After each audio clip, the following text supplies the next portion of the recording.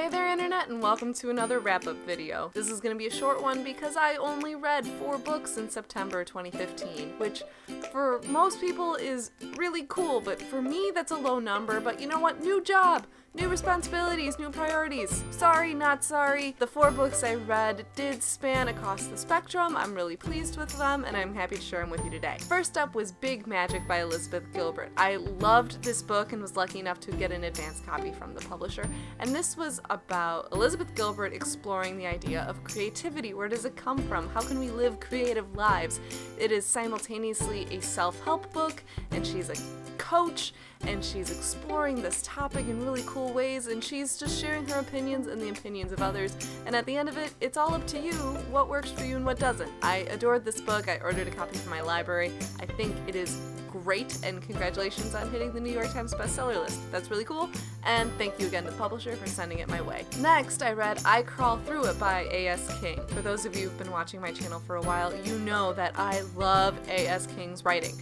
It's not always to my taste, but it always challenges me, and that's what I love. I Crawl Through It is a surrealist novel, so it took me a little while to wrap my head around it, which is ironic if you read the story and things. You have to suspend the rules of reality in order to get into this book, and I wasn't able to do that until I was about halfway through, but once I did, it just was really powerful. It's not a book for everyone, but it challenged me, and I loved that. So thank you to the publisher for sending that one my way. And the third book in print that I read this month was A Little in Love by Susan Fletcher.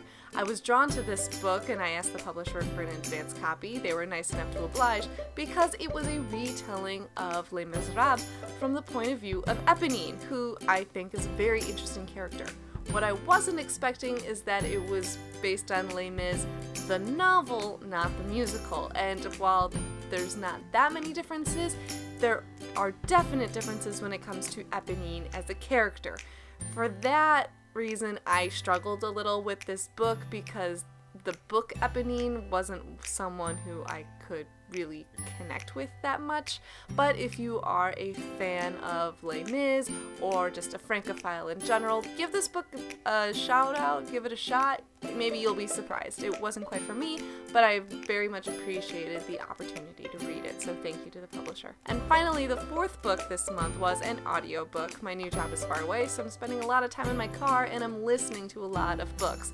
September, I was only able to fully complete 1 book, and that was If You Could See Me Now by Cecilia Ahern. Now, I really like her books. I've read a few of them now. She's also the author of P.S. I Love You and Dear Rosie, but this one, I loved the premise, but I didn't quite fall in love with the story, which was about an imaginary friend who can be seen by the grown-up of one of his friends, the grown-up being the child's aunt, who grown-ups shouldn't be able to see him, so they end up having this relationship. There ends up being a lot of misunderstandings.